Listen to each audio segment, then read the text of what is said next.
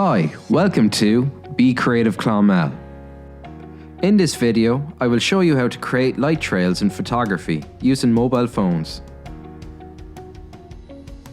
What are light trails?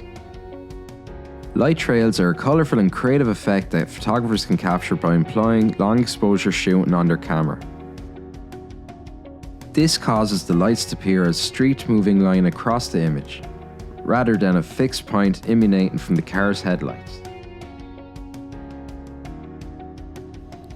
This is how you set your camera up for long exposure shots. Go into camera settings, set it to manual, go into pro mode, which will allow you to change the shutter speed. The most important settings are the ISO and shutter speed settings. On most phones, the shutter speed is indicated with a shutter icon.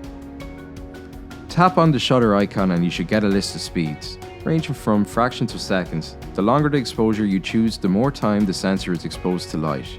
For trail lights, I set my shutter speed from 5 to 10 seconds. Now adjust your ISO. The ISO defines how sensitive the sensor is to light.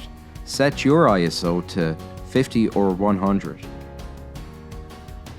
I am using a Samsung S9, so some settings may be different on your phone. However, most phones should have similar settings. Mistakes will happen at the start, so don't give up. I took these photos when it got dark in the town of Clonmel. I placed my phone on a homemade tripod that I made out of a coffee cup. I put my phone and my tripod on footpaths or street benches. See what works for you. Timing is important to get the right shot. Press the button before the car comes into shot.